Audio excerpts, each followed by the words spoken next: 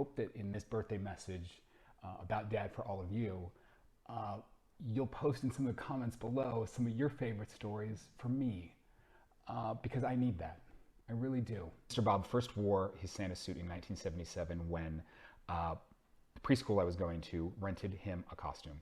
In 2014, Parkinson's made it a little too difficult and he went into retirement, but he came out of retirement one last time, and that was the last time he ever wore the suit. This Christmas Eve, 2016, it was our last 2 weeks in Charleston, and Dad's favorite caregiver, who we just became to know so well, we learned was struggling, and was really upset she didn't have a way to celebrate Christmas with her kids. And so, barely able to walk, we got him upstairs into a trailer and surprised these two young kids with baskets full of presents that Santa picked out. He joined the Navy in 1971. In total, he served 562 days on the USS Wiltsey. He was a radio operator in Vietnam. He was the only person on his ship with a modified uniform. His modified uniform was because he got seasick, and his commanding officer required him to carry a barf bag. In 1972, he and a bunch of his buddies decided his favorite game, baseball, they would teach to some local kids. There was a shot fired, and like any person, even a 22-year-old Navy Raiderman, all the guys scrambled. They grabbed the kids and they ran. Unfortunately, a 9-year-old local child was killed that my dad was holding, along with another child, as he was running them to safety. He told that story 3 times. First was to his commanding officer by his direction. The second was to his dad, Bob Ventress, not long after that. And he tells me that the third and only time he ever shared that was in this time that we spent together the last couple of years. He knew trauma. He knew trauma, and it was part of who he is. When he was 6 years old, my dad was so excited to be a big brother, and he followed that up like I think any excited 6-year-old probably would. And when his baby sister was born in 1957, he was overjoyed. And he was a big brother for 3 days, until Judy, his little sister, passed away on the 3rd day. He knew trauma. That happy-go-lucky, amiable man knew trauma.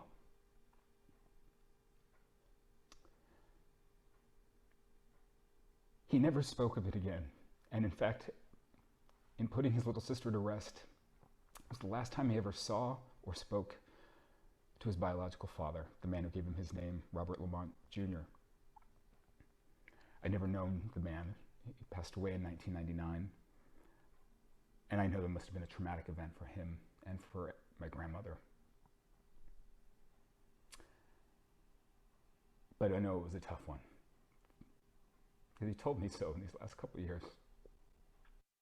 Because like me, he so wanted to be a big brother. It would have been a damn good one. It's no secret he fucking loved Jimmy Buffett and Hootie and the Blowfish. His first crush, Tina Turner. In 1995, I came out of the closet to my dad. Surprise. He was not shocked. And instead, over the summer, when I saw him the next time, he and my grandpa Jim joined me in marching in the San Diego Gay Pride Parade, along with Jana, my dearest, dearest Jana, who Dad would later walk down the aisle at her wedding. When I got back to Cornell for my senior year, he bought me a subscription to Playgirl magazine, and he thought he was the funniest damn thing, and it was. Because that's the kind of guy he is. When he was a teacher at Lewis Middle School, he was drafted into the local LGBT bowling league. Of course he was. His team name, Three Dykes and Bob. He was Bob. As far as I know, he's got one child, me. If anyone else has any more information, I'm welcome to hear it. All told, however, he was a foster dad to 11 of us altogether. he said that for those bad fights with mom, and there were a lot of them, the secret to ending it was Bette Midler's cover of When a Man Loves a Woman. Our friend Kat Katura, she sang it to him on our last night in Charleston. And it's the first time I'd actually ever seen him really, really sob with joy. When we went to, we were in Hawaii at the end of Mom's life. The Hospice of Hilo, now called Hawaii Care Choices, took extraordinary care of Mom for 2 years. I'd never seen anything like it. And we wanted to give back. And so while I was spending time there, you know, Dad and I did a little fundraiser, a walkathon, and many of you generously supported us to raise $7,800, which I was very proud of. What was a really big surprise was that the event in total, with about 400 walkers, raised about $30,000. So here we were, the two of us, and all of you, a quarter of the money raised that day. It gave my dad so much joy to be recognized as the top fundraiser. He said it was the first day since Mom died that he rediscovered joy, and it was the beginning of our time together. This chapter, so unexpected, so challenging at times, so rewarding, so funny, so fulfilling, and so filled with extraordinary love that I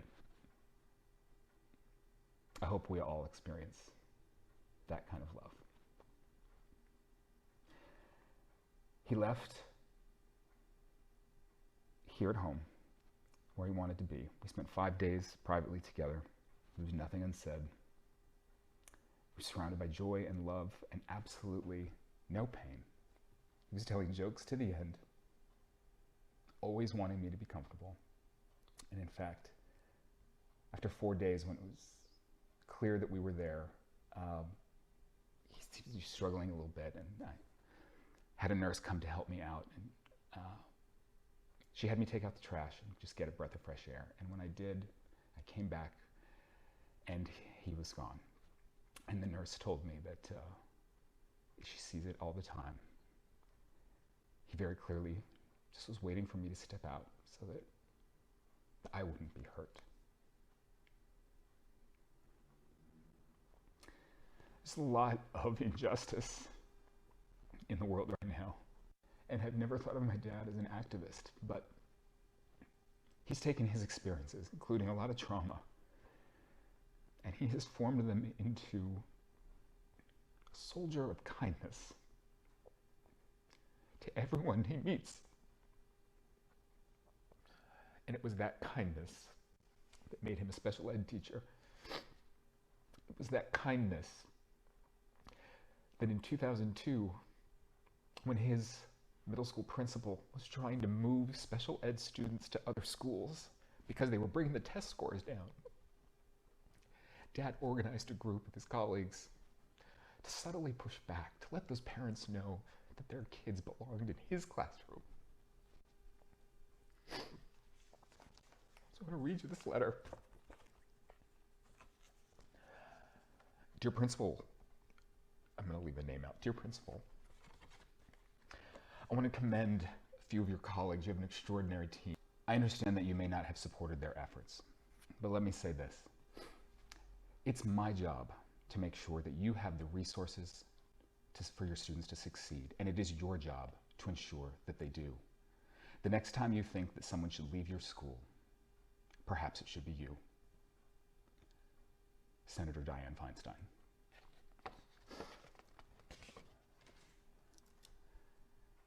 Out of acts of kindness, my dad helped change rules for special ed kids across the country, and he would never, ever admit that he had anything to do with that other than caring for a kid in his class. May we all care for one another with kindness in the way that he has shown me and all of us. In that moment, I came back in the room when he was gone. There was my mom's favorite song playing. It wasn't the original, but it was by another voice, and I think it was just as good. And it was just as special and a good way for me to wrap this up. Thank you, everybody. Happy birthday, Mr. Bob. Please, right below, what's your story? Tell me. Trouble, for the man comes